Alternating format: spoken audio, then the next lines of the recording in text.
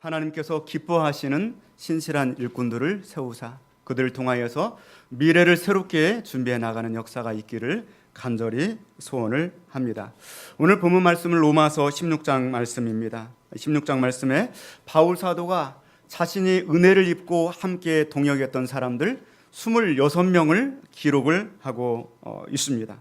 물론 바울 서신에 보면은 총 65명 정도의 이름이 거명되고 있습니다.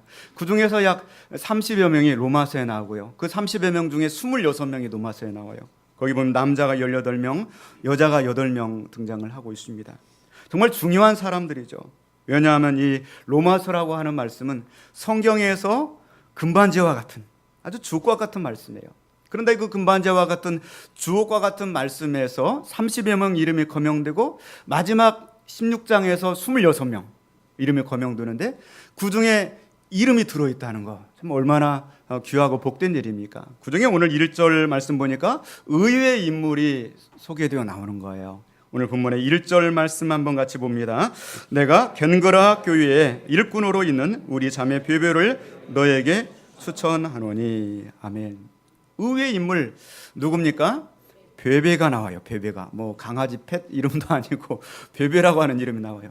또 앞에 있는 그 교회도 별로 이름 없는 게 겐그레아 교회.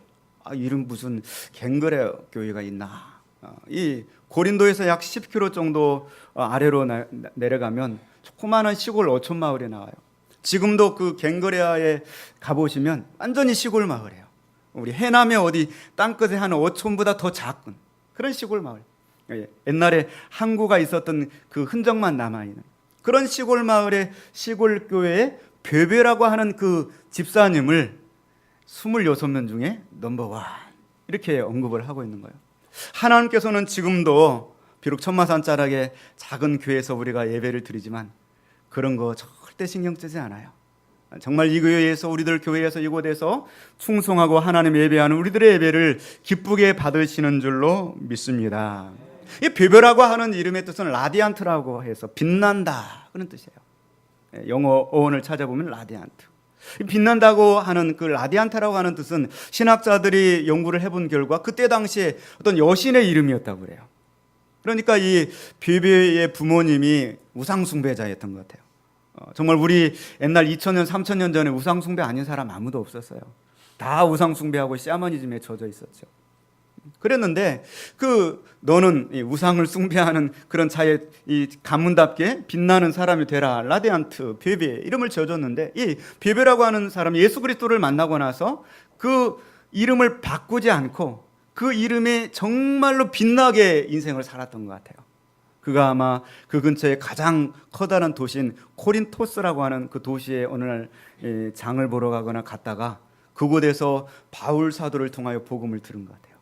그리고 그 여자분이 자기 시골 마을에 와서 그 시골 마을에서 우리 마을도 예수 믿어야 될 텐데 그래 그곳에서 열심히 복음을 증거하고 그래서 겐그레아 교회가 세워지고 겐그레아 교회의 창립 멤버가 되지 않았을까 그렇게 보여집니다.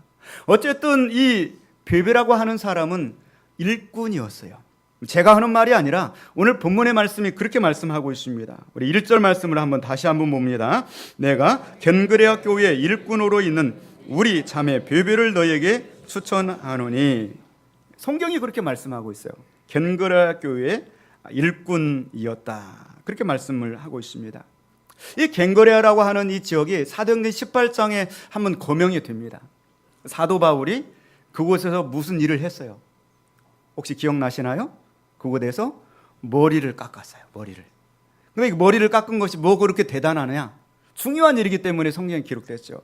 사도행전 18장 18절 말씀 제가 읽어드리겠습니다. 바울은 더 여러 날 머물다가 형제들과 작별하고 배 타고 수리아로 떠나갈새 브리스길라와 아굴라도 함께 하더라. 바울이 일찍이 서원이 있으므로 겐그레아에서 머리를 깎았더라 이렇게 되어 있어요. 머리를 왜 깎았습니까? 일찍이 뭐가 있었기 때문에? 서원이 있었기 때문에. 이 말을 다른 말로 표현하면 작정기도를 한 거예요. 작정기도. 40일이 됐는지 30일이 됐는지 모르겠어요.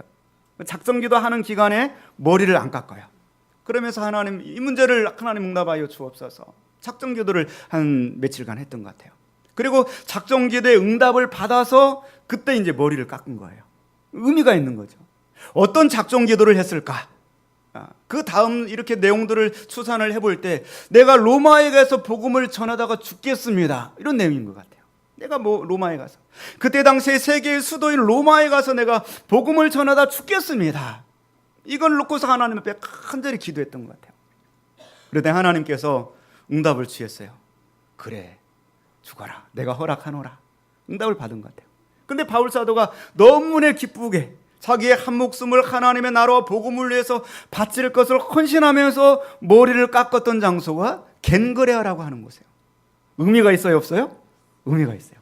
그곳에서 그 생명을 다 바칠 것을 맹세하면서 사역을 했던 그 장소에서 만났던 동역자가 누구냐? 교회 일꾼이 누구냐? 그 사람이 바로 베베라고 하는 사람인 것이죠. 그래서 이 천국이라고 하는 것은 겨자씨 하나같이 작게 출발하는 것이죠. 우리들 교회 이 장소에서 좀 겨달씨 하나같이 작게 출발해서 큰 세계로 하나님의 나라가 확장되어 나가게 될 줄로 믿습니다. 세계적인 묵상가인 오살드 챔버스라고 하는 사람이 그의 책 하나님께 인정받는 사역자라고 하는 책에서 그런 기록을 했어요. 하나님의 일꾼들은 절대로 사람의 인정받으려고 하지 말아라. 하나님의 인정을 받도록 힘쓰라. 할렐루야. 하나님의 인정을 받도록 힘쓰라. 어제도 많은 분들이 또 청소도 하고 교회 여러 가지 섬기고 그랬습니다. 하나님께서 알아주시면 되는 거예요. 할렐루야. 사람에게 자꾸 인정받으려고 하면 지치고 힘들고 낙심이 오고 그래요. 오늘 세워주는 일꾼들이요, 정말 하나님께 인정받도록 애쓰시기를 주님의 이름으로 축원드립니다. 그분 아닌 거 하신 곳이 없으세요. 가정에서도 회사에서도 어느 곳에서도. 그래, 하나님께 인정받는다는 것은 정말 어려운 일이에요. 하나님께 인정받는다.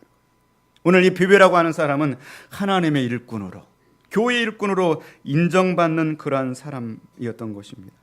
예수님께서도 이 사역을 행하시면서 정말 세상 사람들이 알아주지 않지만 예수님은 알아주신 그런 애들이 많이 있습니다. 마가복음 12장에 보면은 무시당하던 과부의 두렙돈을 바라보시고 정말 많은 연보를 하는 사람이구나. 정말 하나님의 헌금 생활 제대로 하고 있구나. 또 멸시받던 이 세리장 삭개오를 불러서 그래서 내가 오늘 너의 집에 임하여야겠다. 오늘 이 집에 구원이 이르렀도다. 할렐루야. 하나님의 눈은 사람의 눈과 다릅니다. 여러분이 정말 우리들 교회에서 작은 헌신을 할지라도 사람들 몰라줄지라도 하나님은 여러분들을 보시고 여러분들의 이름을 기억해 주실 줄로 믿습니다. 누구처럼 오늘 베베 집사님처럼 고린도 교회가 아니고 에베소 교회가 아닐지라도 갱그라의 교회 자그마한 교회의 일꾼이고 여자 집사인 여자 동역자인 이 베베를 기억하고 로마서 주옥 같은 말씀 26명 중에 넘버원 베베 집사님 봐라. 그렇죠. 교회가 크든 작든 중요하지 않다. 어느 곳에서든지 하나님 앞에 인정받는 일꾼들이 되도록 해라. 그렇게 우리에게 말씀을 해주고 있는 것이죠. 그런데 여기 말씀 보니까 바울 사도는 내가 갱그레아 교회 일꾼으로 있는 우리 자매 베베를 추천한다. 커맨드.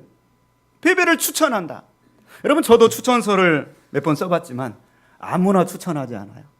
오랫동안 그 사람을 지켜보고 그리고 이 사람이 정말 합당한 사람인가, 정말 숙고를 해서 추천하는 거죠. 추천을 받는 사람은 그 추천하는 그 사람의 말을 믿어주는 거예요. 믿어주는 거죠. 오늘 바울 사도가 베베를 추천하는데 어떤 일에 추천하느냐 하면 바로 이 주옥 같은 보석과 같은 금반지와 같은 이 로마서의 말씀을 베베의 손에 들려가지고 로마 교회에 전달하는 일을 하는데 추천하는 거예요. 귀한 일입니까? 얼마나 귀한 일인가요? 보통 일이 아니에요. 이 로마서와 같은 이 귀중한 이 문서, 이 말씀을 로마의 교회에 전달하는데 이웃 교인 고린도 교회의 커다란 일꾼들, 방언을 말하고 또한 능력을 행하는 은사받은 이런 사람들 들어 쓰는 것이 아니라 자그마한 교회에서 묵묵히 일하는 그 사람, 이 사람은 틀림없는 사람이다. 사람에게 인정받으려고 했다면 큰 교회 갔을 건데 그 작은 교회에서 묵묵히 일하는 그 사람, 정말 충성된 사람이다. 주옥 같은 금과 같은 말씀을 그 손에 들려서 로마 교회에 보내는 거죠. 여러분, 바울 사도가 그렇게 여성들에 관해서 후한 점수를 주시는 분이 아니에요.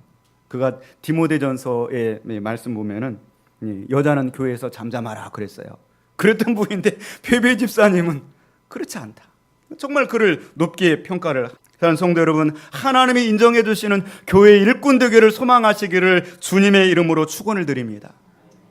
바울 사도도 자기 자신을 가리켜서 교회의 일꾼이다 그렇게 표현을 했어요.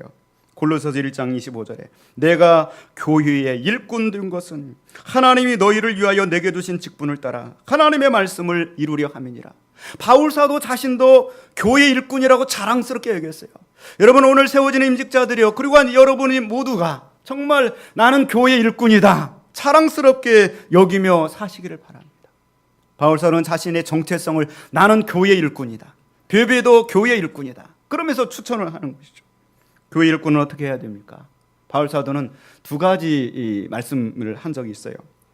골로새서 1장 24절 말씀 보면은 자기가 교회 일꾼이라 말하면서 나는 이제 너희를 위하여 받는 괴로움을 기뻐하고 그리스도의 남은 고난을 그의 몸된 교회를 위하여 내 육체에 채우노라. 교회 일꾼은 교회를 위해서 고난받을 수 있어야 돼요. 헌신할 수 있어야 돼요. 할렐루야. 그게 교회 일꾼이에요. 교회를 위해서 고난받을 수 없는 사람은 교회 일꾼 아니에요. 바울 사도는 내가 교회 일꾼이 되었다고 말하면서 그리스도께서 남긴 그 고난을 몸된 교회를 위하여 나의 육체에 채운다 그렇게 고백을 했어요. 두 번째로 고린도후서 11장 28절 보면은 이외 일은 고사하고 아직도 날마다 내 속에 눌리는 일이 있으니 곧 모든 교회를 위하여 염려하는 것이라. 교회 일꾼은 늘 교회를 위해서 깨어있는 사람이에요. 교회를 염려하고 교회가 잘 두기를 바라고. 할렐루야. 그런 사람들이 교회 일꾼이 되어야 되는 것이죠. 우리 옆 사람 한번 인사할까요? 교회 일꾼이 됩시다. 정말 교회 일꾼 돼야 돼요. 그리고 자녀들이 여러분의 부모님들 보면서 나도 저 부모님처럼 저렇게 교회 일꾼이 돼야지. 교회를 염려하고 교회를 위해서 희생하고 헌신하고 그 모습이 좋아 보여야 돼요. 나도 저렇게 살아야지. 두 번째, 오늘 본문의 말씀 2절 말씀 같이 봅니다. 너희는 주 안에서 성도들의 합당한 예절로 그를 영접하고 무엇이든지 그에게 소용되는 바를 도와줄지니 이는 그가 여러 사람과 나의 보호자가 되었습니다. 왜 바울 사도가 이 베베라고 하는 작은 갱그라야 교회의 이 여집사인 이 베베라고 하는 사람을 적극적으로 추천해서 로마서라고 하는 규정한 말씀을 붙들려서 그렇게 해서 보내게 하느냐 하는 것이죠. 바로 이 베베라고 하는 사람은 보호자였기 때문이다. 오늘 본문 말씀에 그렇게 말씀하고 있잖아요. 너희는 주 안에서 그 로마서를 가지고 갈 때 그를 합당한 예절로 영접하고 무엇이든지 그에게 소용되는 말을 도와줘라. 왜냐하면 이는 그가 여러 사람과 나의 보호자가 되었습니다. 이렇게 말하는 거죠. 보호자가 되었습니다. 이 보호자라고 하는 용어, 이 보호자라고 하는 용어는 부모님에게 사용되는 용어잖아요. 나의 보호자가 되었다. 나의 보호자가 되었다. 부모님에게 사용되는 용어예요. 베베라고는 이 여집사가 바울 사도가 생각할 때 정말 자기가 목회자지만 이 베베라고 하는 집사님은 나의 어머니 같아. 포용력이 있고 안아주고 나의 어머니 같은 분이야. 할렐루야. 정말 어머니 같은 그런 사람들이 많아져야 돼요. 그래야 그 교회가 품을 수 있는 그릇이 되어서 많은 사람들이 깃들일 수가 있는 것이죠. 그는 그 보호자가 되었다. 왜냐하면 she has been a great help to many people including me. 그랬어요. 많은 사람의, 나쁘면 나를 포함하여서 많은 사람의 보호자가 되었다. 부모님과 같은 사람. 두 번째로 보호자라고 하는 이 프로스타티스라고 하는 헬라어인데요. 이 용어가 사용된 용례를 바라보니까 두 번째 용례는 변호사예요. 변호사. 변호사가 뭡니까? 변호해 주는 사람. 문제가 있었을 때 그 사람은 그럴 사람이 아니야. 그럼 변호를 해주는 사람. 교회 중직자들, 교회 일꾼은 변호사가 되어야 돼요. 할렐루야. 누가 무슨 일이 있어? 이 사람 내가 책임집니다. 변호해 줄 수 있는 사람. 오늘 비비는 그런 사람이었어요. 옆에 고린도 교회에서 자꾸 바울 사도의 사도권을 막 공격을 해요. 그렇잖아요. 사도라고 하는데 예수님의 12제자의 안에도 들어가지 않았고 추천서가 있느냐? 사도의 어떤 그 목사 증명서가 있느냐? 자꾸 사도권을 흔들어요. 그때 베베라는 집사님이 변호해 주는 거 아닙니다. 제가 이분 때문에 하나님을 만났고 하나님을 보았습니다. 이분은 정말 하나님의 목사입니다. 변호해 주는 사람. 이 베베라고 하는 사람. 세 번째 이 프로스타티스, 이 변호사라고 하는 이 보호자라고 하는 이 용어의 세 번째 뜻은 간호사란 뜻을 가지고 있어요. 그래서 간호사가 되었다. 병들고 힘들었을 때 극진하게 간호해주고 위로해주고 보살펴주는 사람. 할렐루야. 여러분 벼벼 같은 사람 되고 싶지 않으십니까? 네. 정말 우리들 교회에 벼벼 같은 중직자들이 나오셔야 돼요. 또 우리가 그 벼벼 같은 사람이 되고자 하셔야 돼요. 베드로 같은 인물, 이름난 사람이 아니라 자그마한 교회, 갱그레아 교회. 그러나 하나님이 바라보셨을 때 보석처럼 빛나는 벼벼. 그러므로 그에게 보석처럼 빛나는 로마서를 맡겨서 그렇게 해서 내가 추천을 해서 로마 교회에 보내는 그를 영접하고 그를 무시하지 말고 잘 대해주라. 그는 나의 인클루딩 및 나를 포함하여서 모든 사람들의 보호자가 되었다. 모든 사람들이 어머니처럼 생각하고 모든 사람들이 그분은 정말 나의 변호사와 같아서 억울한 일 당하면 내가 그에게 가서 하소연하고 싶고 또 여러 가지 환난을 당하고 상처를 입었을 때 병들었을 때 그는 나의 간호사와 같은 사람이었다. 우리들 교회에 이러한 중직자들이 되시기를 또 이러한 일꾼들이 많아지시기를 주님의 이름으로 축원을 드립니다.